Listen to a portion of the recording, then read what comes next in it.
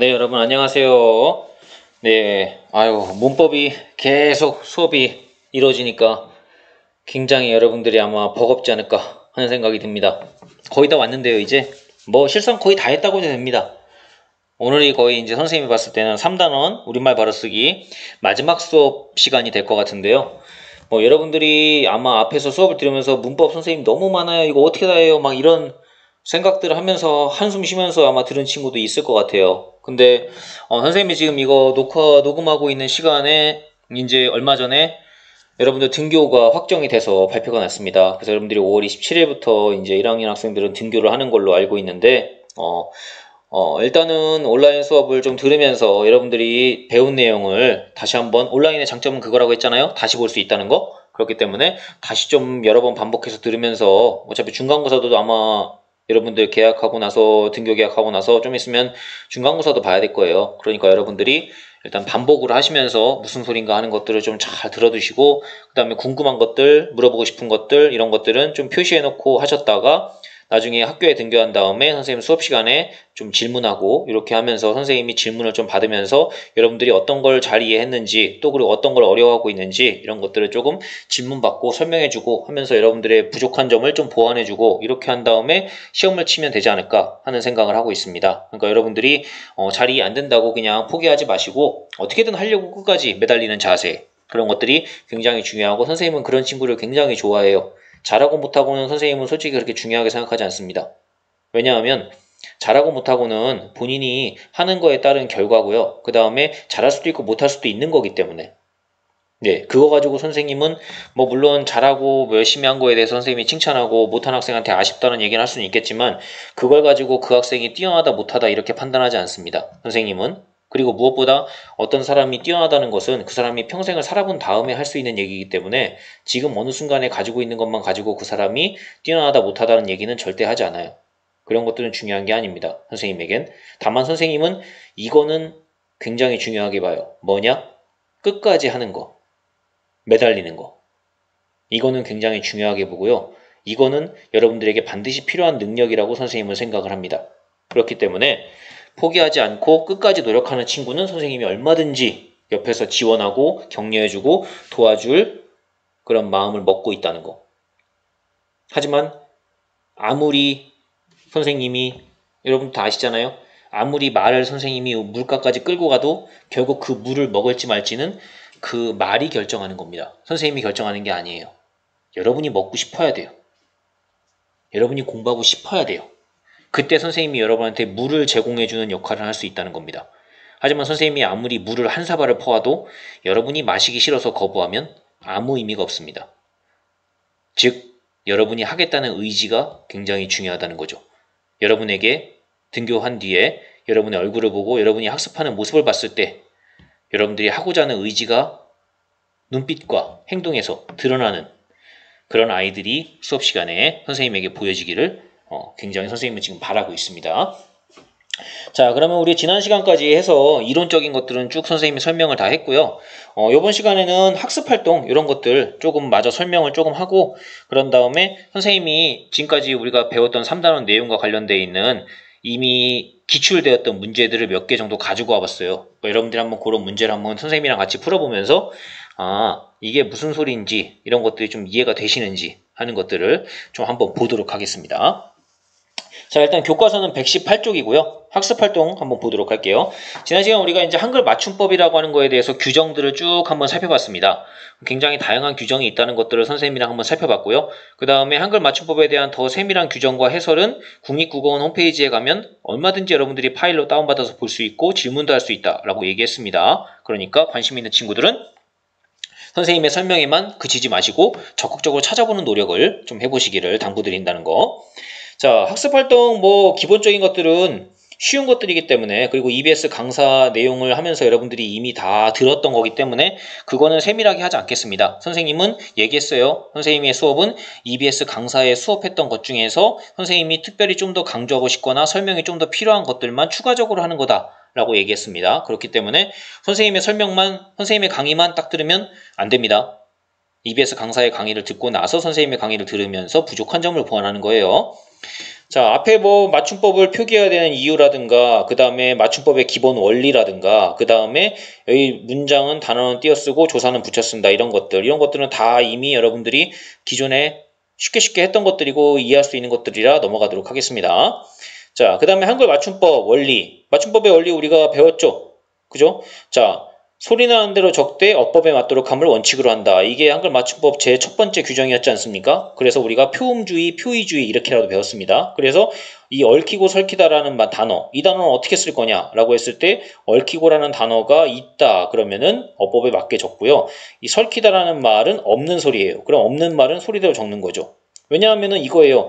이런 단어가 있다면, 이런 단어가 만약에 사전에 딱 정해져 있는 단어 형태라면, 그렇다면 당연히 그 단어 형태대로 적어야지만 우리가 의미 파악을 제대로 할 수 있겠죠. 그렇기 때문에 당연히 정해진 우리 국어의 법칙에 맞게끔 원래 있는 형태대로 적어야 돼요. 하지만 이런 단어가 없어요. 그럼 없는 단어인데 굳이 이렇게 적을 필요가 없겠죠. 없는 단어는 그냥 편하게 어떻게 적는다. 소리 나는 대로 그냥 적는다는 거예요. 그래서 결과적으로 적을 땐 이렇게 적습니다. 발음은 이렇게 한다 할지라도 소리는 이렇게 표기한다는 거. 그래서 이거 조심하셔야 돼요. 이렇게 우리가 발음한다고 쓰는 것도 무조건 이렇게 쓰는 게 아닙니다. 소리 나는 것과 쓰는 것은 달라요. 발음과 표기는 같을 수도 있지만 다를 수도 있습니다. 그렇기 때문에 요 소리 나는 대로 적되 어법에 맞도록 함을 원칙으로 한다라는 규정이 도대체 무슨 소린가 하는 거를 여러분이 정확히 이해하시고 넘어가는 게 필요하다는 걸 다시 한번 강조합니다. 그 다음에 방금 전에 얘기했죠. 소리 나되 어법에 맞도록 함을 원칙으로 한다. 즉 바꿔 말하면 소리 나는 대로만 표기하면 당연히 문제가 생길 수밖에 없죠. 뭐냐 하면 여기 이미 그런 예들이 나와 있잖아요. 여러분들 이거 뜻 파악하는데 금방금방 파악이 되십니까? 잘 파악이 안 된다는 겁니다. 시간이 오래 걸릴 수밖에 없다는 거. 그 다음에 잘못하면 여기 나오는 것처럼 여기 그죠? 우리 집 토끼가 나왔어요. 한 마리 주세요. 아니요, 병이 나왔다는 소리예요. 이렇게 불필요한 오해를 불러일으킬 수 있다라는 것들을 여러분이 살펴보시기를 바라겠습니다. 자, 그 다음에 학습활동 넘어가서 2번에 가보시면, 여러분들 지금 교과서 보시면서 따라오시는 거죠? 같이 하는 거예요, 선생님이랑. 자, 선생님이 아마 한글 맞춤법 규정 설명할 때도 얘기했을 겁니다. 여기 한글 맞춤법 규정 19항과 20항은 학습활동에도 한번 나왔던 거다 라고 선생님이 앞에서도 한번 설명을 했고요. 그래서 학습활동을 그 이전에 EBS 강사랑 설명할 때 잘 들으면서 문제를 풀어본 친구라면 선생님의 설명을 들을 때 이게 무슨 소리인지 알 거다라는 얘기를 앞에 전 시간에 했었습니다. 그러니까 그런 얘기들을 잘 기억하고 하는 친구들이라면 공부를 착실하게 잘 하신 거고요. 그게 기억이 안 나는 친구라면 이해하기 좀 어렵겠죠? 자, 종이 치고 있네요. 조만간 여러분들이 학교에서 직접 나와서 듣게 될 겁니다. 네. 자, 규정은 이미 다 선생님이 설명을 했기 때문에 따로 뭐 설명을 하지 않겠어요. 자, 그래서 이런 것만 조심하시면 됩니다. 이런 용어들 있죠. 어간, 명사, 그 다음에 부사, 그죠?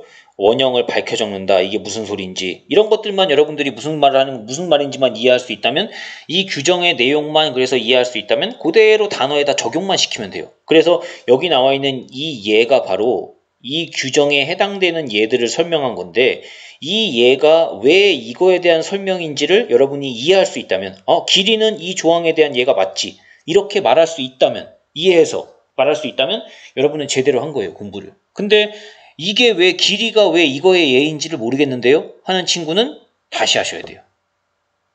이해가 안 되는 겁니다. 그리고 그런 친구는 밑에 문제를 풀 수가 없어요. 당연하죠. 이게 무슨 소리인지 자체를 모르는데 이걸 적용해서 푸는 문제를 풀 수가 없죠, 당연히. 이해하셨죠? 그래서 잘 보셔야 되고요. 그 다음에 19항에 보면 밑에 붙임이라고 있습니다. 이 붙임은요, 이 조항에 붙여놨다는 뜻입니다. 그리고 이 붙임이란 말은요, 이 19항에 포함되는 내용이에요. 포함되는 내용인데 붙임이라고 해놨어요. 그 얘기는 뭐냐? 좀 더 추가한다는 뜻입니다. 추가라고 생각하시면 될 것 같아요. 추가. 그러니까 좀 더 추가되는 내용이다라고 이해하시면 편할 것 같고요. 자, 여기 위에가 이나 음이 붙어서라고 했지 않습니까? 그러면은 여기 나오죠. 이나 이외의 것으로 시작된 접미사가 붙은 것은 원형을 밝혀 적지 않는다. 즉, 이 위에 나온 조항에다가 조금 더 내용을 추가하는 거예요. 추가하는 겁니다. 추가. 이해하셨습니까?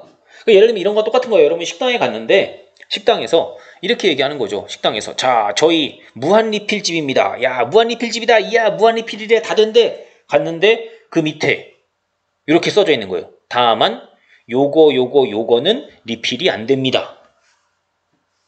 이런 식당 보신 적 있죠? 네. 그럼 이 붙임은요, 그 밑에, 무한리필지 밑에 써져 있는 요거는 추가 안 돼요 라는 이런 말과 똑같은 개념이라고 생각하시면 돼요. 이해하셨나요? 그런 겁니다.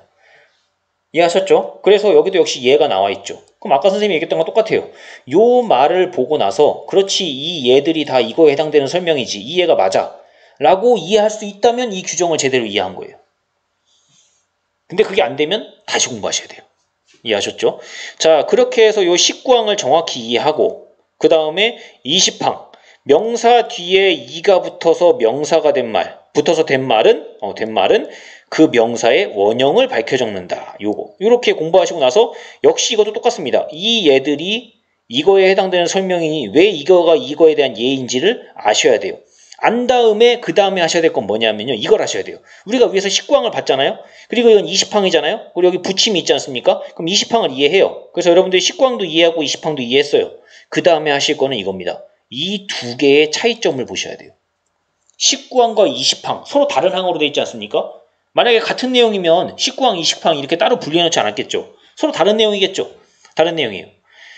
자, 원형을 밝혀 적는다고 했지만 밝혀 적는 상황이 다른 거예요. 그 차이점을 파악할 수 있냐 없냐. 그 차이점까지 파악이 돼야지만 그 다음에 이 문제를 푸는 겁니다. 이해하셨나요? 이해하셨나요? 지금? 그러니까 만약에 이 2번 문제를 풀면서 내가 틀렸다는 친구는 이 중에서 뭔가가 안 된 거예요. 그리고 지금도 여전히 안 되고 있을 가능성이 큽니다. 그래서 이걸 포기했을 가능성도 있겠죠. 하지만 아까 선생님이 얘기했습니다. 선생님 포기하는 친구는 더 이상 어떻게 할 수 없다. 포기 안 하고 끝까지 늘고 물어지는 친구가 궁금한 점을 질문했을 때 선생님이 그걸 도와줄 수는 있지만 아예 질문 자체도 안 하면 선생님은 그 친구가 아는지 모르니 도와줄 수가 없다는 얘기입니다. 이해하셨죠? 궁금함을 가지고 끝까지 포기하지 말고 덤비셔야 돼요. 그럼 여기 나오잖아요. 다듬이, 소리는 다듬이라고 납니다. 그런데 소리는 이렇게 나요. 근데 맞춤법이잖아요. 어떻게 쓰는 게 맞는 걸까? 소리 나는 대로 쓰는 게 맞는 걸까? 아니면 이렇게 다듬이라고 하는 형태를 밝혀서 이게 원형을 밝혀 적는다는 겁니다. 이렇게 원형을 밝혀 적어야 되는 걸까? 다듬이라고 이렇게 써야 될까? 둘 중에 뭐가 맞는 걸까 하고 고민될 때 규정을 딱 보는 거예요. 그래서 이 규정을 보고 이 중에서 어떤 걸 적용해야지만 둘 중에 뭐가 맞는지를 알 수 있을까 했을 때 적용되는 규정이 뭐라고요? 19항인 겁니다. 왜냐? 원래 기본형이 다듬다죠. 다듬다예요. 왜 우리가 뭐 야채를 다듬다 뭐 이런 거 있잖아요. 그죠? 이렇게 뭔가를 칼이나 어떤 도구를 사용해서 어떤 물체를 만지는 거, 이렇게 뚝뚝뚝뚝 두드려내는 거, 이걸 다듬다라고 얘기하지 않습니까? 잘라내는 거 이런 것들. 자, 다듬다에 이가 붙은 겁니다. 즉, 다듬이라고 하는 다듬다의 어간에 이가 붙어서 다듬이라고 하는 뭐가 된 거예요? 명사가 된 겁니다. 그러니까 원형을 밝혀 적는다라고 했으니까 다듬이라고 원형을 밝혀 적어야죠. 그리고 이게 몇 조항 때문에, 19항 때문에 그런 겁니다. 라고 이렇게 하는 거예요. 이렇게.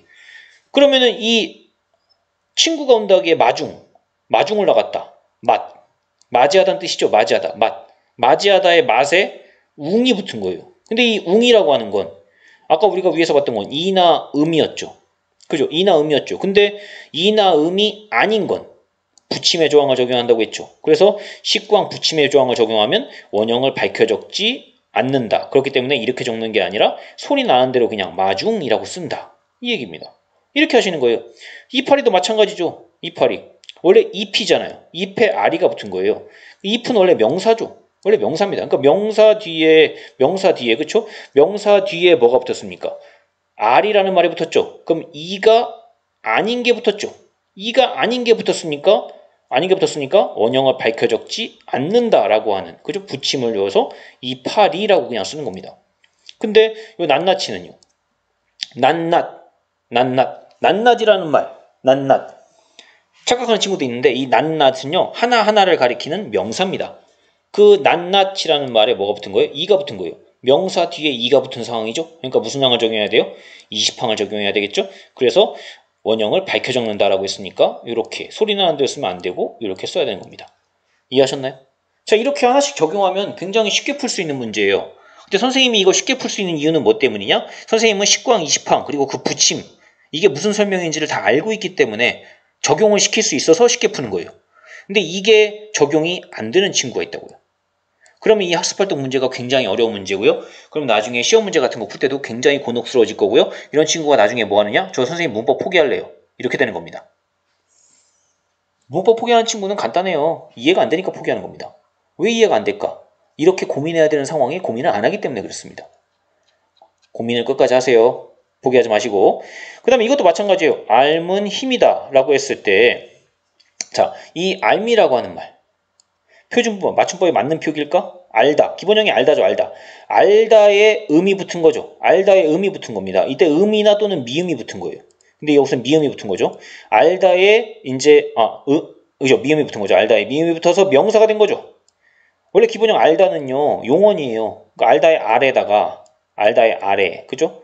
알다의 아래다가, 아래 미음이 붙어서 된 것은 어간의 모양을 밝혀 적는다고 했으니까, 밝혀 적으니까 그죠? 묵다도 마찬가지죠. 묵다의 묵에다가 음이 붙어서 묵음이라고 된 거죠. 그죠? 그러니까 무언가 어떤 동사 형용사 같은 용언 있죠. 이거를 명사로 바꿔줄 때 우리가 보통 많이 붙는 게 요겁니다. 음이나 미음을 붙여요. 음이나 미음을 붙이는데 요걸 붙여서 명사형으로 바꿔요. 명사형으로 바꿀 때 어간의 본래 모양을 뭐 해줘야 된다? 밝혀줘야 된다는 겁니다.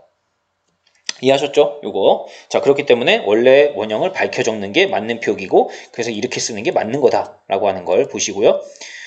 그 다음에 요거는 사전을 보셔야 돼요. 헷갈릴 때는 국어사전을 꼭 찾아보시고요. 그래서 국어사전에 뜻이 뭐라고 나와 있는지를 보시면 됩니다. 선생님이 여기 사전에 어떤 거가 해당되는지를 써놨는데요. 사전에 뜻이 어떤 게 맞는지는 찾아가시면 돼요. 붙이다의 02번에 1번, 02번에 2번, 그 다음에 02번에 2번에 1번 이런 식으로 사전에 뭐가 실렸는가는 이렇게 순서대로 위에 거부터 아래 걸로 차례대로 번호를 붙이면서 따라가시면 됩니다. 그럼 선생님이 여기다가 이제 이것이 각각 어떤 의미로 쓰였는가에 따라서 이 형태가 다르다는 걸 설명을 해줬습니다. 요거 잘 보시고요.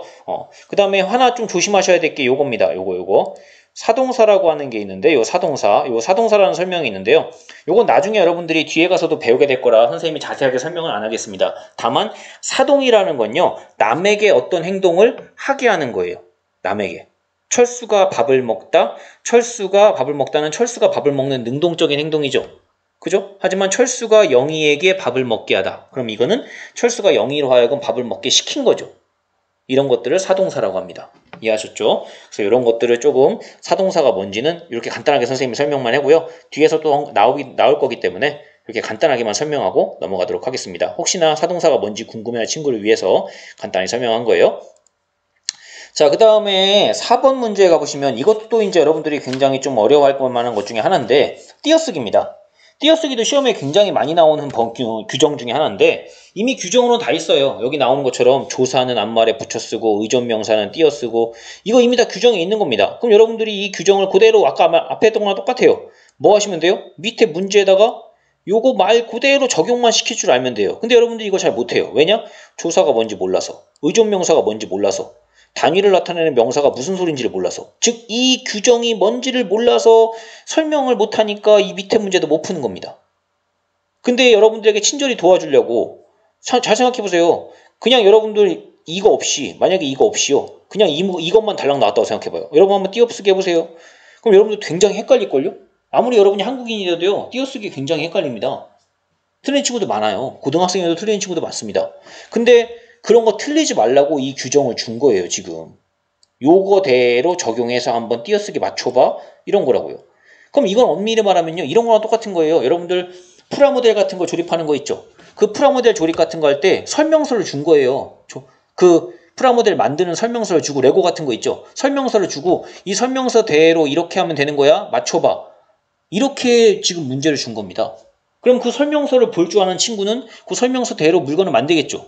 근데 설명서 볼 줄 모르는 친구는 지 맘대로 그냥 레고 막 그런 거 조립하다가 이상한 모양 만들고 막 중간에 만들다 포기하고 막 왜 다 만들었는데 선생님 부품이 남죠? 막 이런 얘기 하는 겁니다. 이해하셨나요? 또 여러분한테 일종의 가이드를 준 거예요. 설명서 같은 걸 준 거라고요. 그러니까 수학으로 따지면 일종의 해답지를 준 거랑 똑같습니다. 근데 여러분들이 이걸 보면서도 이게 해답이라는 걸 모르는 거죠. 왜냐? 용어를 몰라서. 이해하셨나요? 그래서 선생님이 문법에서 용어가 그렇게 중요하다고 얘기하는 거고 용어의 뜻을 무조건 암기하는 건 아무 의미 없다고 얘기하는 겁니다. 왜냐? 여러분한테 그런 문제가 지금 나오는 게 아니에요. 요거 네모칸 쳐놓고 요게 뭔지 여러분한테 물어보고 있습니까? 아니잖아요. 이 소리가 무슨 소리인지를 알고 이거를 적용하라는 문제가 지금 나오고 있잖아요. 즉 조사라는 단어의 뜻만 암기하는 게 중요한 게 아니라는 겁니다. 이 규정을 달달 외우는 게 중요한 게 아니에요. 규정을 이해해서 이거를 실전에 적용할 수 있냐 없냐 이게 중요한 겁니다. 그게 되셔야 돼요. 그게. 그런 다음에 그대로 뭐 하시면 됩니까? 여기다가 띄어쓰기 하시면 돼요. 띄어쓰기 한 다음에 선생님이 만약에 야 이걸 왜 여기를 띄웠니? 라고 했을 때 여러분이 설명할 줄 알면 제대로 푼 겁니다. 자, 눈같이 하였다. 친구와 같이. 그때 이 같이는 왜 안 말하고 붙이고 이거는 왜 앞에랑 띄웠니? 하고 선생님이 물어봤을 때 여러분들이 설명할 수 있어야 돼요. 뭐라고 설명할 수 있어야 되느냐? 선생님, 요 위에 있는 요 가치는 자, 조사입니다. 앞에 나오는 눈처럼 이란 뜻이잖아요. 그래서 눈과 같다. 소녀의 얼굴빛이 마치 눈과 같다. 눈과 비슷하다. 라고 하는 의미를 갖는 이 격조사, 부사격 조사입니다. 그렇기 때문에 이것은 뭐한다? 조사니까 앞말에 붙여 쓰는 거고요. 근데 여기서의 가치는요. 그 친구와 함께 더불어 라는 의미를 갖습니다. 함께 더불어 갔다는 것은 부사이기 때문에 이건 부사예요. 부사. 이건 부사고요. 이건 부사격 조사입니다. 겉으로 봤을 때 형태가 똑같아도 안으로 파고 들어가 보면 이건 부사격 조사고 이건 부사입니다. 부사는 뭐 해야 될까요? 부사는 단어니까 앞말에 띄었어야 되겠죠. 이해하셨나요? 이렇게 되는 겁니다. 이렇게 선생님한테 설명할 수 있으면 여러분들은 100점. 근데 여기서 선생님 이건 붙이고 이건 띄우는 게 맞죠. 왜? 그런 것 같아요. 제가 한국인이니까요. 이렇게 설명한다면 제대로 공부한 거라고 볼 수 있을까요? 그죠? 나머지도 마찬가지입니다. 여러분들이 보시면서 여기는 왜 띄우는 걸까? 여기는 왜 띄웠을까? 여기는 왜 띄우는 걸까? 여기 왜 띄웠지? 이거를 위에 규정 가지고 선생님 이거는 저기라서요. 띄우는 거고 이건 붙이는 거고 이걸 설명할 수 있어야 돼요. 이게 되셔야 됩니다. 이게 되시면 돼요. 자, 이제 믿을 건 오직 실력뿐이다. 오직 뭐뿐? 실력. 오직 실력뿐이다. 요거 오직 실력뿐밖에 믿을 게 없다는 거예요. 그러면은 이거는 선생님 중간에 왜 띄웠을까요? 왜 띄웠습니까? 자, 오직이라는 말과 부사, 그 다음에 실력은 단어잖아요. 단어와 단어 사이는 뭐 해줘야 돼요? 띄웠어야 되겠죠. 중요한 건 요 뿐. 요 뿐은 왜 붙였을까? 여기 뿐은 뭐 한대요? 띄운다고 했죠. 똑같은 뿐인데 여기는 띄우고 여기는 붙였어요. 왜 그럴까? 이 위에 있는 뿐은 뭐예요? 뿐은 실력뿐이다. 체언 뒤에 붙은 조사입니다. 근데 이때 뿐은 뭘까요? 이때 밑에 밑에 뿐은 있을, 뭐뭐하고 있을 뿐이다. 이 앞에 있을, 있다의 을이 붙어서, 있다의 을이 붙으면서 뒤에 오는 뿐을 뭐 해줍니까? 꾸며주고 있죠. 그럼 이때 뿐은 뭐가 되느냐? 의존명사가 됩니다. 명사는 명사인데 혼자 쓰이지 못해서 앞에 필요한 게 있죠. 선생님이 그래서 관용어가 필요하다고 얘기했고요. 있다라고 하는 말은 원래 관용어가 아니죠. 용언입니다. 그렇죠. 용언이에요. 근데 그 용언을 관용어처럼 만들어주는 을이 붙은 거예요. 을이. 그래서 이 을을 뭐라고 그러냐? 이러한 을 같은 걸 뭐라고 그러냐? 이거 좀 어려운 말로 관형사형 어미라고 합니다. 왜냐? 용언을 뭐처럼 만들어주니까? 관형사처럼 만들어주는 어미니까. 관형사형 어미. 뭐 좀 더 정확히 말하면 관형사형 전성 어미가 되겠죠. 그래서 관용어가 되면서 관용어로 성격이 바뀌면서 뒤에 오는 뿐을 꾸며주는 거죠. 그리고 이때 뿐은 의존명사기 때문에 혼자 쓰이지 못하고 앞에 이렇게 꾸며주는 말이 필요해요. 하지만 명사기 때문에 단어기 때문에 뭐한다? 띄어 쓴다. 이렇게. 자, 그 다음 날씨가 추운데 그 책을 다 읽는데 자, 이 부분도 여러분들 한번 보셔야 되겠죠? 그래서 어디를 띄웠나 하는 걸 잘 보시고요. 춥다, 추운데, 그죠? 추운데, 이 부분. 그 다음에 다 읽는데 할 때, 여기 선생님 잘못 표시했네요. 여기 읽는과 대 사이에 띄워야 됩니다. 그래서 요 대와 요 대, 여기는 띄우고 여기는 붙였네요. 여기 조심하세요. 이거 선생님 띄워야 돼요. 이거 표기 잘못된 거예요. 여기는 선생님 붙였는데 여기 띄웠네요. 왜요? 이 대도 왜? 이 대도 왜 여기는 붙이고 여기는 띄웠나요? 왜요? 이 대도 보셔야 돼요. 왜 그랬을까? 이 대는 뭐기 때문에 그런 걸까요? 대. 자, 여기 보세요. 날씨가 춥다. 외투를 입고 가라. 이 두 개를 이어주는 역할을 합니다. 요 니은대는. 그래서 요거는 연결어미예요. 두 개를 이어주는 역할을 하는 어미입니다. 그렇기 때문에 그냥 하나로 붙여줘야 돼요. 왜냐? 어미니까.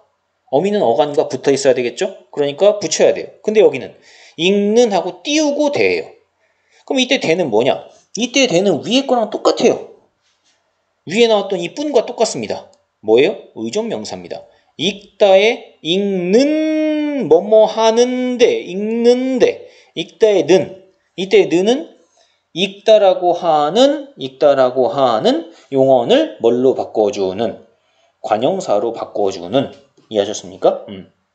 자, 관형사로 바꿔주는 역할을 합니다. 그러면서 뒤에 오는 걸 수식하게끔 해줘요. 그러니까 여기서는 읽는과 대를 띄워야죠. 왜냐? 대가 의존명사니까요. 이해하셨나요? 이렇게 푸시는 거예요. 할 수 있겠나요? 이렇게. 자, 그 다음에 나머지 리을도 마찬가지입니다. 고향을 떠나온 지, 여기와 이 지. 보세요. 여기는 띄웠죠. 근데 여기는 어떻게 했습니까? 붙였죠. 똑같은 지 같은데, 형태는 똑같은데 선생님 하나는 띄우고 하나는 붙였네요? 왜 그런 건가요? 이 지는 뭐니까? 이제 좀 알겠죠? 이 지는 뭐겠어요? 떠나다, 떠나오, 니은 지. 의존명사입니다. 그러니까 띄워야 돼요. 근데 여기는 생각하다, 생각하는지. 이건 뭐겠어요? 어떻게 생각하는지. 연결음입니다. 연결음이죠. 네가 어떻게 생각하는지 궁금하다. 뭐뭐 하는지 궁금하다.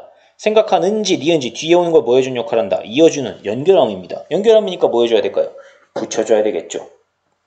자, 이해하셨나요? 하실 수 있겠어요? 이렇게? 요거 굉장히 중요합니다. 요거 어려워요. 어려우니까 선생님이 이렇게 다시 한번 강조하는 겁니다. 요거 쉽지 않아요. 그리고 쉽지 않은 이유 중에 하나가 뭐냐? 여러분들이 선생님이 설명할 때도 얘기했을 거예요. 조사가 뭔지를 잘 몰라서, 그리고 의존명사가 뭔지를 잘 몰라서 틀리는 친구들이 굉장히 많습니다. 요거 다시 한번 앞에 나왔던 조사와 의존명사의 개념을 잘 살펴보시고 개념을 정확히 이해하신 다음에 그 다음에 다시 한번 요 문제를 풀어보시기를 선생님이 추천해 드립니다. 자, 그 다음에 여러분들이 마지막 이제 세 번째 선생님하고 이제 바람직한 의사소통 문화라고 하는 세 번째 언어 공동체의 담화 간습에 대해서 한번 여러분들 아마 교과서에는 125쪽에 만화로 125쪽부터 만화로 나왔는데요. 요거는 굉장히 좀 읽어보신 친구들 알겠지만 수업 들을 때도 봤겠지만 너무 쉬워요. 내용이 그렇게 어렵지 않습니다. 그래서 선생님이 간단하게만 그냥 설명하고 넘어갈 건데 말 그대로 담화 간습이라는 건 뭐냐? 이 담화 간습이라는 용어 자체만 좀 이해하시면 상당히 좋을 것 같아요. 담화라는 건 일종의 어떤 이야기, 즉 말하기나 글쓰기를 가리키는 건데요. 관습이라고 하는 건 어떤 규칙, 질서를 말합니다. 그래서 우리가 이 한국 사회를 살아갈 때 한국인이잖아요, 여러분들. 한국인으로서 이 한국 사회를 살아갈 때 한국인이라면 당연히 말할 때, 글 쓸 때 사용하는 우리들만의 어떤 규칙, 질서 같은 게 있다는 거예요. 당연히 있지 않겠습니까? 그게 담화 간습이에요. 어떤 공동체가 가지고 있는 말하기나 글쓰기 할 때의 규칙, 질서 이런 것들을 담화 관습이라고 하는데요. 당연한 얘기지만 담화 관습은 과거랑은 다르게 현대에는 변한 것도 있겠죠. 또 현대까지 이어지는 것도 있겠죠.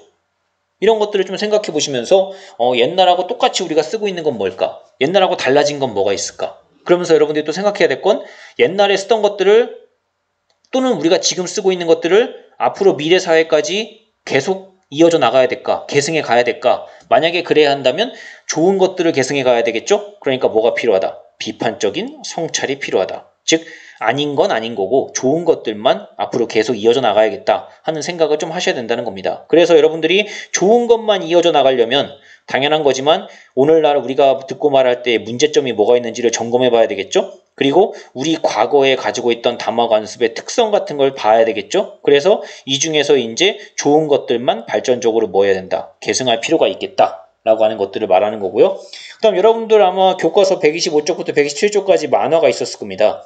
그 만화를 한번 쭉 읽어보시면서 그 만화의 내용을 조금 보시면 좋을 것 같고요. 교과서 125쪽에 그 중에서 이제 속담이 몇 가지 나오는데요. 속담의 뜻을 조금 정리를 해두고 가시면 좋을 것 같아요. 그냥 속담 같은 거 넘기지 마시고 흔히 보면은 여러분들 중에서 좀 안타까운 문제 풀다가 틀리는 친구들이 한자, 고사성어 같은 거, 속담 이런 것들 때문에 그런 걸 몰라서 틀리는 친구들이 선생님 제일 안타까워요. 왜냐? 그거는 조금만 신경 써서 뜻이 뭔지만 알면 풀 수 있는 건데 뜻을 몰라서 근데 어려운 것이 나오는 것도 아니거든요. 근데 그걸 틀려요. 왜냐? 본 적이 없어서. 본 적이 없어서 그래요. 그러니까 이렇게 볼 기회가 나올 때마다 이게 무슨 소리지? 하는 것들을 자꾸자꾸 눈여겨보시고 내 걸로 만들려고 하는 노력을 좀 해보시기 바라겠습니다. 간단하게 보시면 좋을 것 같고요. 그 다음에 여러분들 교과서 126쪽에 보시면 아마 우리 옛날 성인이죠. 이의가 경목유결에서 했던 말, 그리고 이덕무가 사소절에서 했던 말, 이런 것들이 정리가 되어 있습니다. 뭐 간단하게 정리해 본다면 이의는 말을 너무 지나치게 많이 하거나 또는 생각을 너무 많이 하지 말아라. 그리고 말을 할 때는 때에 맞게 가려서 간결하고 신중하게 해라. 이런 얘기들을 하고 있고요. 그 다음에 이덕무 같은 경우에는 남의 잘못, 과실이죠. 과실을 몰래 말하는 거, 이런 것들, 뭐 우리가 흔히 뒷담화라고도 많이 얘기하죠. 이런 것들, 남을 평가하는 거, 이런 것들은 삼가해야 된다. 그리고 말을 해프게 하지 말아라. 이런 것들을 얘기하고 있습니다. 뭐 결과적으로는 다 이제 공통적인 것들이라고 한다면 뭔가 말 조심해라 하는 얘기들을 우리 조상님들은 굉장히 우리 담화 관습에서 중요시했다는 얘기죠. 여러분들도 혹시나 본인의 어떤 말하기 습관 또는 글쓰기 습관 이런 것들을 조금 생각해 보시고요. 내가 혹시나 말하기나 글쓰기에서 말을 지나치게 쓸데없는 말들을 많이 하고 있진 않은지, 또는 불필요한 오해를 살 수 있는 그런 말들을, 남을 평가하는 말들을 하고 있진 않은지, 이런 것들을 한번 생각해 보시고 반성해 보시는 시간을 가져보시기를 바라겠습니다. 자, 그 다음에 그 뒤에 학습활동 쭉 있는데요. 여기는 학습활동도 그다지 어렵지가 않습니다. 그래서 선생님이 학습활동 이렇게 뭐 했던 것들을 좀 정리했는데, 속담 같은 거 아까 앞에서 한번 보라고 했었죠. 이런 것도 한번 살펴보시고요. 크게 할 건 없을 것 같아요.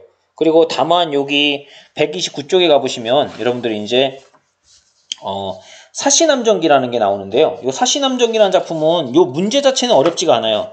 문제 자체는 어렵지가 않은데, 혹시나 시간 되실 때 요 김만중 씨의 사시남정기라는 작품은 꼭 한번 읽어두시기를 선생님이 여러분한테 추천을 드립니다. 요 사시남정기 김만중의 굉장히 유명한 작품이거든요. 구운몽이라는 작품이 있습니다. 구운몽 그리고 요 사시남정기, 요 두 작품이요 굉장히 시험에 자주 나와요. 그렇기 때문에 시간 되실 때 요 사시남정기 한번 읽어두시면 나중에 야, 선생님이 읽어서 읽었는데 참 잘 읽었다 하는 순간이 반드시 올 겁니다. 진짜 많이 시험에 나왔었어요.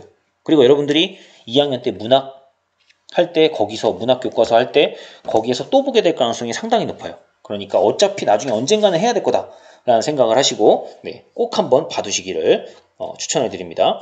요거는 뭐 자기 생각 쓰는 거니까 여러분들이 써보시면 되고요. 그 다음에 여기도 마찬가지입니다. 대화를 바르게 고쳐 쓰라는 거. 그래서 여러분들이 대화 태도를 한번 살펴보시고 잘못된 표현 같은 것들을 한번 고쳐보시기를 추천해 드리고요. 그 다음에 여기 의사소통의 문제점 파악하는 것도 역시 마찬가지입니다. 여러분 파악해 보시고요. 맞춤법을 제대로 맞게 썼는지 문장보호를, 그 다음에 단어를 이렇게 짧게 줄여 쓰는 거 이런 것들을 피하셔야 되겠죠. 맞춤법에 어긋나게 표기하면 안 되겠죠. 그 다음에 특별한 근거 없이 상대방 비방하면 안 된다는 거. 그 다음에 의성어를 축약해서 그냥 자음으로만 쓰는 거 있죠. 이런 거 이런 것들 있죠. 이런 것들 현대국어에 여러분들은 자연스럽게 쓰고 있는 표현들이지만 원래는 잘못된 표현들입니다. 써서는 안 되는 표현이라는 것들, 이런 것도 조금 생각해 주시면 좋을 것 같아요. 자, 이렇게 해서 여러분들이 3단원 우리말 바로쓰기를 한번 전체적으로 싹 선생님하고 같이 한번 검토를 해봤습니다. 아까도 얘기했지만 문법이 쉬운 게 아니에요. 당연히 어렵죠. 선생님도 알고 있습니다. 어려운 걸 여러분한테 쉽다고 얘기하진 않아요, 선생님. 당연히 어렵습니다. 어려워요. 다만 그렇기 때문에 여러분한테 얘기하는 건 포기하지 말라는 겁니다. 어려운 걸 해냈을 때 하는 과정은 어려웠지만 해냈을 때의 쾌감도 그거에 비례해서 커져요. 힘든 걸 한번 해내서 그 성취감을 맛본 친구는요, 그 다음에 힘든 일이 생겨도 포기 안 하고 또 도전합니다. 근데 힘든 거를 포기해본 친구는요, 그 다음에 힘든 게 오면 또 포기합니다. 그리고 그 포기가 쌓이면 나중에는 무기력해져요. 그래서 나중에 선생님이 그런 친구도 많이 봤어요. 고3 때 가서 선생님 제가 왜 학교를 굳이 나와야 될까요? 어차피 대학 못 가는데, 또는 대학 갈 필요가 없는데. 근데 대학 갈 필요가 없는 걸까? 진짜 그런 걸까? 하고 물어보면 아니에요. 가고 싶어 합니다. 근데 본인도 알고 있어요. 한 게 없어서 본인이 대학 갈 자격이 없다는 걸, 갈 수 없다는 걸, 가고 싶은 데가 있는데 현재 성적으로는 못 가기 때문에 그런 말을 하는 겁니다. 선생님 안타까워요. 그 친구한테도 물어보면 그럽니다. 제가 과거로 돌아갈 수 있다면, 1학년 때 돌아갈 수 있다면 진짜 열심히 하고 싶어요. 그럼 1학년 때 그런 얘기 해준 친구 사람이 없었니? 선생님이랑 얘기 안 했니? 얘기 많이 했대요. 선생님도 엄청 많이 했고요. 선배들도 그런 얘기 많이 했대요. 그럼 그때 왜 안 했니? 그때는 그게 진짜 해야 되는 소리로 들리지가 않았대요. 그래서 안 한 거예요. 근데 그 결과가 그렇게 된 겁니다. 뒤늦게 후회하는 거예요. 하지만 시간을 되돌릴 수 없죠. 그러니까 그렇게 안타까운 친구가 나중에는 뭐 하느냐? 대학을 뭐 포기할 수도 있겠지만 나중에 뭐 하느냐? 그런 친구가 결국 재수하는 거예요. 그때 가서 진짜 열심히 합니다. 자기 과거를 후회하면서.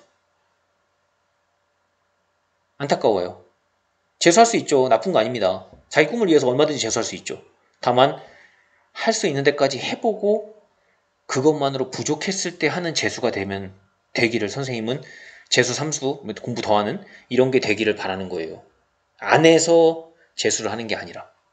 여러분도 1학년이지만 지금부터 마음을 단단히 먹고 한번 해보자 하는 각오로 좀 해보시기를 좀 권유해드립니다.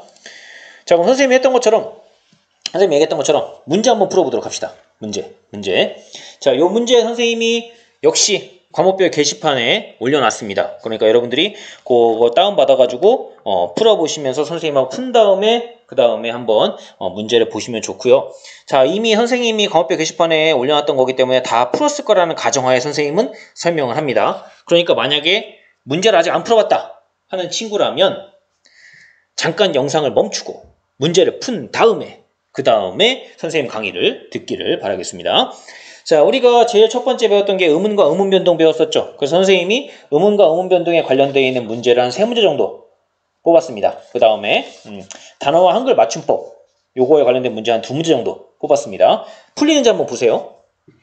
자, 의문변동을 분석해 봤습니다. 자, 그럼 이렇게 문제가 나왔어요. 그럼 여러분들이 뭐 하셔야 됩니까? 당연한 거지만 이 의문변동 현상에 나타난 규칙이 뭘까 하는 걸 찾아야 되겠죠. 하셔야 돼요. 자, 그걸 하셔야 됩니다. 어떻게 해야 되느냐?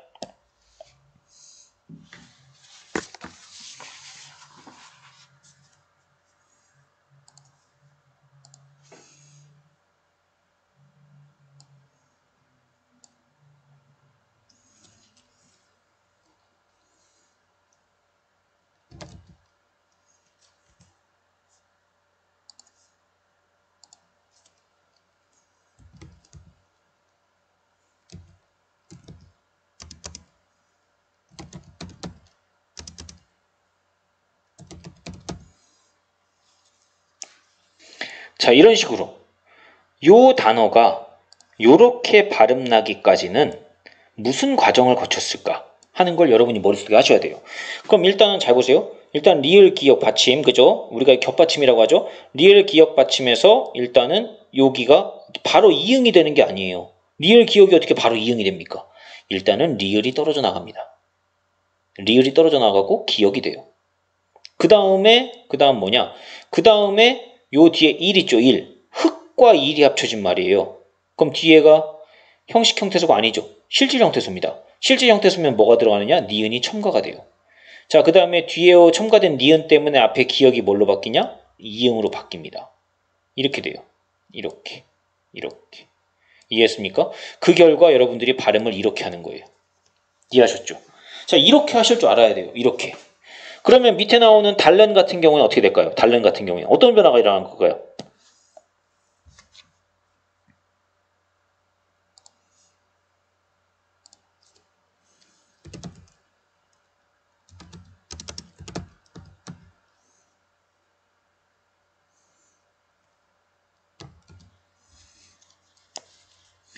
자, 요런 과정이 일어난 거겠죠. 요거는. 자, 일단은 리을 히읗 받침에서 히읗이 탈락합니다. 히읗이 원래 받침에서는 좀 불안해요. 그래서 히읗이 탈락하고요. 그다음에 리을, 니은이 됩니다. 그래서 니은이 앞에 리을 때문에 뭘로 바뀌냐? 리을로 바뀌어요. 그러니까 요거는 일단은 우리가 앞에서 배웠던 규정대로 얘기하면은 자음군 단순화가 되겠죠. 그 다음에 여기가 뭐가 되겠어요? 유음화가 되겠죠. 위에 것도 마찬가지예요. 여기 자음군 단순화가 되고 니은이 첨가되고 그 다음 뭐가 된 거예요? 비음화겠죠. 이렇게. 그러니까 여러분들이 도대체 무슨 현상이 일어나는 걸까 하는 걸 찾으셔야 돼요. 그럼 발야구 같은 경우는 어떻게 된 걸까요? 발야구 같은 경우엔 발과 야구가 합쳐진 말이죠. 발과 야구, 그죠? 그러면은 요 야구도 보시면 알겠지만 형식 형태소가 아니죠. 그럼 뭐가 들어가야 될까? 자, 보시면 이렇게 됩니다.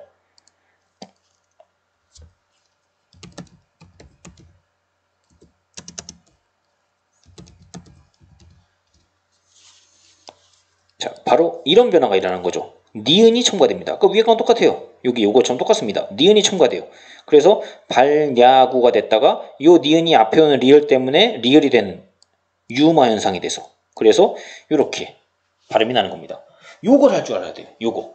요걸 할 줄 알아야 요게 여러분들이 음운과 음운 변동에서 앞에서 배웠던 것들을 써먹는 키포인트입니다. 이게 되셔야 돼요. 이런 다음에 문제를 푸시는 거예요. 그러면 지금 보시면 알겠지만 여기는 3번, 여기는 2번씩 총 이 2번 이상씩의 음운 변동이 나타나는 게 맞죠? 그죠? 그 다음에 공통적으로 일어나는 음운 변동 현상이 첨가입니까? 아까 여기 니은 첨가, 여기 니은 첨가 있었죠? 여기는 첨가 있습니까? 여기는 첨가된 게 없죠. 그럼 정답 몇 번인 거예요? 정답이 니은에는 없는데요. 그래서 니은에는 첨가 현상이 없습니다. 라고 해서 니은에는 없는데요. 그래서 답이 몇 번인 거예요? 2번. 이렇게 하실 수 있냐 이겁니다. 이게 되시면 문제를 정확히 푸신 거예요. 이렇게 푸셨다면. 찍는 거 안 됩니다. 정확히 푸셔야 돼요.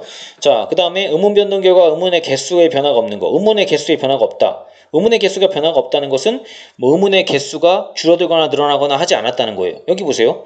자, 리을 기억에서 기억이 됐죠. 리을 떨어졌죠. 음운 하나가 줄었죠. 마이너스 1입니다. 자, 근데 니은이 첨가가 됐죠. 플러스 1이 됐죠. 그러면 그 다음에 여기는 그냥 기억이 이응으로 바뀐 거죠. 변동 없죠. 자, 그럼 하나가 줄었다가 하나 늘어났어요. 결과적으로 변동이 있어요, 없어요? 없죠. 기억 변동 없는 거 맞죠? 그럼 요거 보세요. 자, 리을 히읗이었습니다. 히읗이 없어졌죠. 마이너스 1이 됐죠. 그 다음에 니은이 리을로 바뀌었네요. 없죠. 결과적으로는 하나가 줄었죠. 발리하고 보세요. 니은이 첨가됐죠. 플러스 1이죠. 그 다음에 여기 니은이 리을로 바뀌었죠. 변동 없죠. 하나가 늘어났죠. 결과적으로 변동이 다 없는 것은 뭐만? 기억만 해당이 되죠. 요거. 그 다음에 니은과 디귿에서 일어난 음운 변동의 횟수는 같다. 2번씩이죠. 같죠? 자, 디귿에서 첨가된 음운. 디귿에서 첨가된 거 니은이죠? 기억에서 첨가된 음운. 니은이었죠? 둘 다 뭐가 첨가됐어요? 둘 다 니은이 첨가됐죠? 같죠? 자, 이렇게 푸시는 겁니다. 그래서 정답은 2번. 자, 이렇게 설명할 수 있다면 여러분들은 음운 변동 제대로 공부한 거예요. 이 문제 제대로 풀었다면. 자, 근데 틀렸다 하는 친구 다시 한번 앞에 가서 음운 변동이 뭔지를 다시 한번 살펴보시기를 부탁드리겠습니다. 자, 2번도 마찬가지입니다. 여러분들이 하나씩 보시면 돼요. 요거.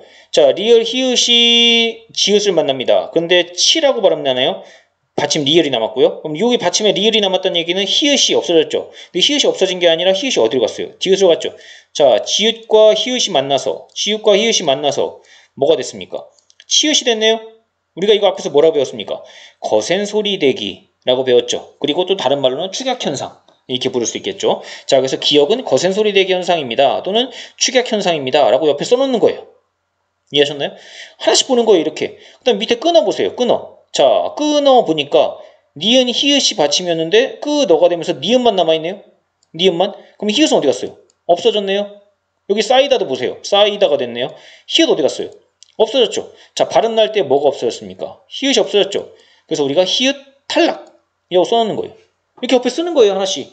도대체 이 기역, 니은, 디귿, 리을, 미음에서 각각 일어나는 현상이 뭔가? 이거 쓰는 거예요. 그럼 숫도 보세요. 숫도. 숫도는 뭐가 일어나냐? 자, 치읓이 뭘로 바뀌었어요? 디귿으로 바뀌었죠. 이해하셨죠? 그럼 치읓이 디귿으로 바뀌었다. 왜 바뀌었을까? 우리가 앞에서 배웠죠. 음절의 끝소리 규칙. 받침에서 소리 날 수 있는 건 몇 개밖에 없다? 7개밖에 없다. 기역, 니은, 디귿, 리을, 미음. 기역, 니은, 디귿, 리을, 미음, 비읍, 이응. 7개밖에 없다. 배웠죠? 그 다음에 도가 뭐가 됐어요? 또가 됐네. 도가 또. 된소리 대기 현상이죠. 교체 현상입니다. 자, 음절의 끝소리 규칙도 교체 현상이고요. 그 다음에 된소리 대기도 교체 현상입니다. 그럼 여기는 두 가지의 교체 현상이 나타나고 있다 라고 정리하시면 되겠죠. 옷걸음도 마찬가지입니다. 시옷이 디귿으로, 그 다음에 기역이 된소리, 쌍기역으로 바뀌고 있죠. 그 다음에 땅는, 보세요. 땅는, 이건 어떻게 된 걸까? 이건 잘 보셔야 돼요. 땅는은 선생님 받침의 쌍기역이 그대로 이응이 됐습니다. 물론 이렇게만 봐선 그렇죠. 하지만 이게 한 번에 이렇게 된 걸까요? 아닙니다. 일단은 어떤 과정이 거쳐야 될까요? 이게 대표음이 뭘로 바뀌어야 돼요? 기역으로 바뀌어야 되겠죠. 부억문 이것도 마찬가지입니다. 키읔이 뭘로 바뀌어야 돼요? 기역으로 먼저 바뀌어야죠. 그 다음에 이 기역이 뒤에 나오는 니은을 만나고 여기 미음을 만나니까 뭘로 바뀐 거예요? 이응으로 바뀐 거죠.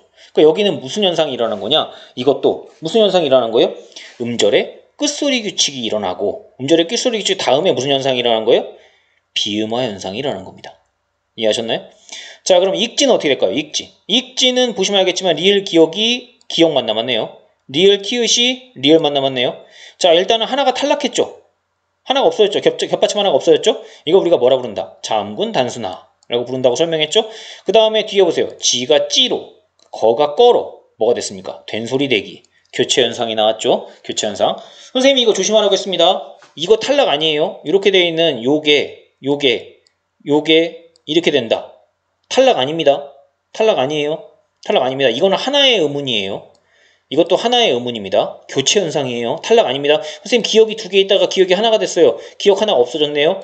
이렇게 해석하시면 안 된다는 거. 교체 현상이에요. 이거 자체가 하나입니다. 하나예요.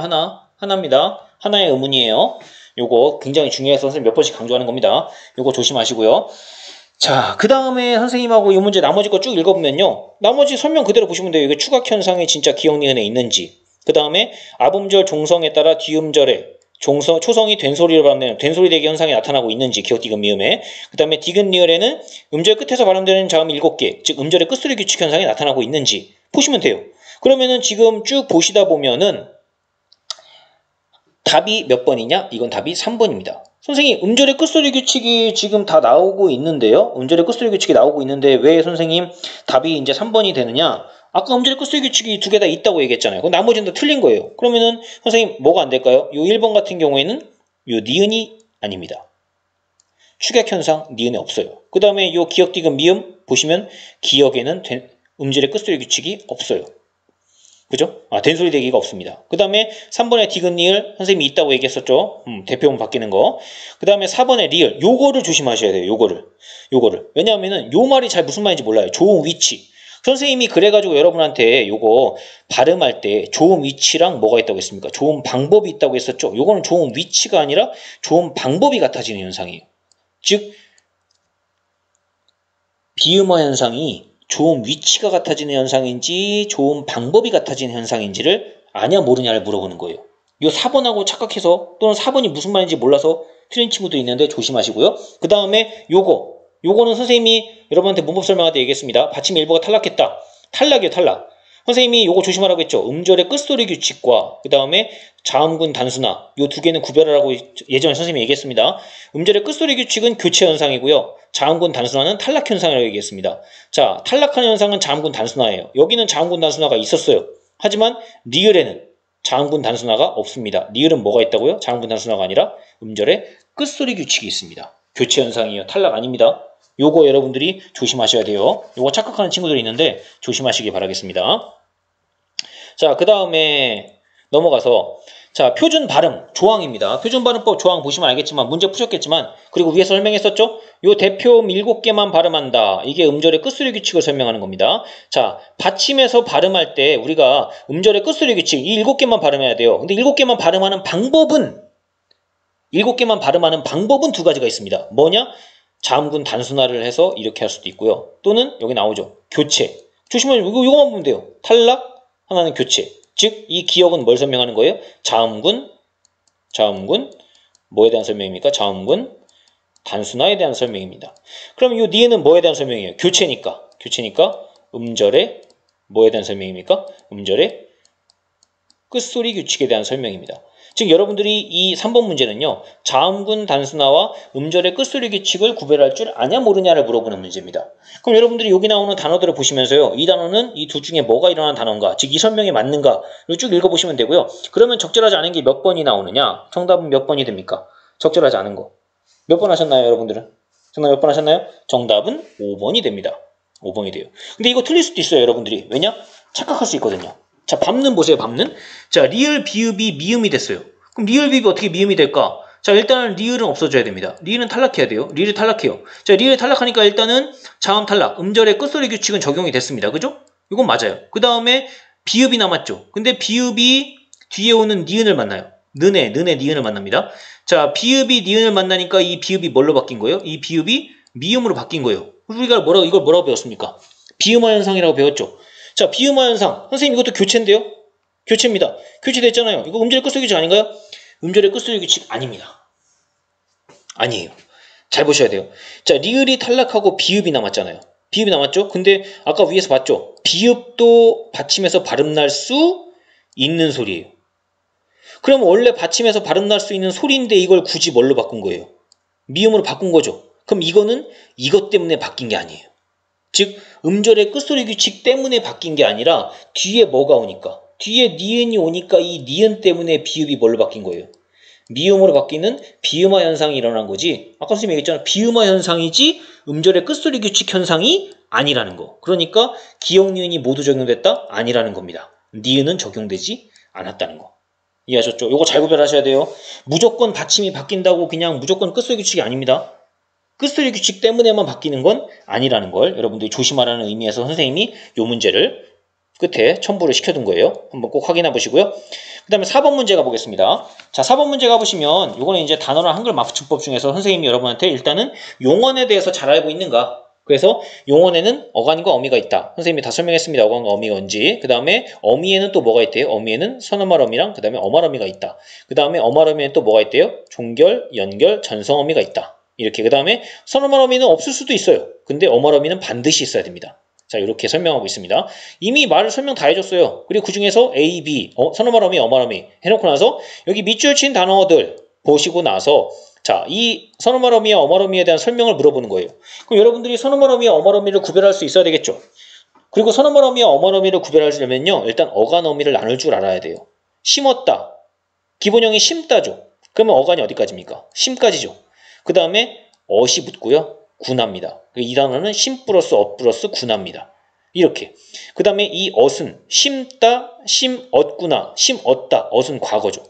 과거를 나타내는 엇이 선어말어미로 들어가 있죠. 왜냐하면은 어말어미 앞에 있는 게 선어말어미라고 했지 않습니까? 엇이 들어가 있죠. 맞는 거예요. 맞는 말입니다. 그 다음에 뭐뭐 했구나라고 느낌표 찍혀 있죠. 즉 이 구나는 무슨 어미? 감탄으로 끝내는 어미. 이렇게 여러분이 할 줄 아느냐? 그 다음에 청소하는 아이, 청소하다, 청소하는 이렇게 되는 거죠. 청소하다에 는이 붙은 거죠. 자, 이때 청소하다에 는이 붙은 이거를 보면서 니은에는 자, 일단 선어말어미 있습니까 없습니까? 청소하다, 청소하고 청소하면 어간이 청소하까지죠. 그 다음에 는이 어미죠. 선어말어미 있어요 없어요? 선어말어미 없죠. 그 다음에 청소하는 아이, 그죠? 자, 청소하는 아이, 청소하는 아이입니다. 어떻습니까? 맞죠? 청소하는 하면서 뒤에 오는 아이를 꾸며주는 역할을 하죠. 그러니까 이때 는은 뭐가 돼요? 관형사형. 뒤에 오는 말을 꾸며주는 어미인 는이 쓰였다. 맞죠? 관형사형 어미가 뭔지 선생님 설명했습니다. 자, 그 다음에 디귿에 보시면 그 친구가 설마 그 음식을 다 먹었겠니? 먹다, 먹었다, 먹었겠니? 이렇게 그죠? 자, 먹었겠니? 이렇게 꾸미는 겁니다. 4개예요. 먹었겠니? 이렇게. 자, 그럼 먹다에 얻겠니가 붙은 건데 이때 엇은 과거죠. 먹다, 먹었다. 엇은 과거죠. 자, 그 다음에 get이 쓰였어요. 설마 다 먹었겠니? 이때 get은 주체의 의지를 나타낸대요. 즉 여기서의 주체는 그 친구. 그 친구가 다 음식을 먹었겠니? 라고 했을 때 이게 의지일까? 이 그 친구의 의지. 꼭 그렇게 하고야 말겠다는 의지를 나타내는 거예요. 이 get이? 아니죠. 이때의 get은 의지가 아니라 뭐냐? 추측입니다. 추측. 그래서 이게 추측임을 알 수 있는 건 뭐랑 비교하면 좋냐? 요 미음이랑 비교하시면 좋습니다. 주말에 바람은 불겠지만, 불다. 뭐뭐 하겠지만, 불겠지만 이렇게 3개가 합쳐진 거예요. 그럼 보세요. 여기도 get이 나오잖아요. 이 get은 뭘까? 주말에 바람은 불겠다. 이때는 추측이죠. 지금 부는지 안 부는지 알 수가 없어요. 하지만 아마 불지 않을까 하는 추측을 나타낸 거예요. 그럼 여기도 마찬가지입니다. 그 친구가 설마 먹었을까? 이것도 역시 뭐겠어요? 똑같은 get이죠. 추측이죠. 추측입니다. 그러니까 여기는 주체의 의지가 아니라 추측입니다. 그래서 여기도 정답이 몇 번이 되냐? 3번이 되는 거죠. 자, 그 다음에 여기 읽은 책이다. 읽다에 은이 붙은 거죠. 그래서 은은 과거죠. 읽는 하면 현재죠. 아까 위에서 나왔잖아요. 는은 현재입니다. 하지만 과거, 그죠? 그 다음에 읽은 하면서 뒤에 오는 뭐합니까? 책을 꾸며주죠. 자, 과거를 나타내는 관용사형어미 은이 쓰였다. 맞는 말이죠. 이렇게. 좀 어려울 수 있지만 선생님이 어려울 수 있습니다. 이 문제는 어려울 수 있지만 선생님이 이 문제를 가져온 이유는요. 실상 뭐 여기 나오는 뭐 주체의 의지 막 선어말어미 이런 거보다는 이 문제는 선생님이 왜 가져왔느냐? 이걸 할 줄 아는지 모르는지 구별하려고. 즉 요 선어말어미랑 어말어미를 이렇게 선생님이 아까 했던 것처럼 쪼개서 구별할 줄 아는지 모르는지를 확인해 보려고 선생님이 가져온 거예요. 그러니까 여러분들이 풀기는 지금 좀 어려울 수 있습니다. 다만 선생님이 이제 얘기하는 건 최소한 선어말어미랑 어말어미를 구별할 줄은 아는지 그것만 할 줄 알아도 선생님이 요 문제는 그렇게만 할 줄만 알아도 여러분들이 제대로 공부했다라고 생각이 될 것 같아요. 마지막 5번 문제입니다. 자, 요거는 여러분들 이미 19항은 봤던 거죠? 그 다음에 25항이 같이 있습니다. 요거 다 기출문제예요. 자, 19항과 25항을 가지고 알 수 있는 사실로 적절한 거 찾는 겁니다. 그러니까 여러분들이 요거 아까 그 학습활동에서 풀었던 거 있죠? 그거랑 똑같이 적용하시면 돼요. 똑같이 적용하시면 됩니다. 똑같이. 그리고 다 이미 이 조항에 대해서는 선생님이 앞에서 설명을 다 했어요. 그러니까 적절한 거 찾으시면 몇 번이 되느냐? 답은 5번이 됩니다. 5번이 돼요. 일찍이 없던 일. 자, 이거 일찍이라는 말 자체도 이미 뭐냐? 부사입니다. 그리고 더욱이라는 말도 이미 부사예요. 거기에 뭐가 붙었어요? 이가 붙었죠. 그래서 또 뭐가 되느냐? 부사가 됐습니다. 그러니까 이거죠.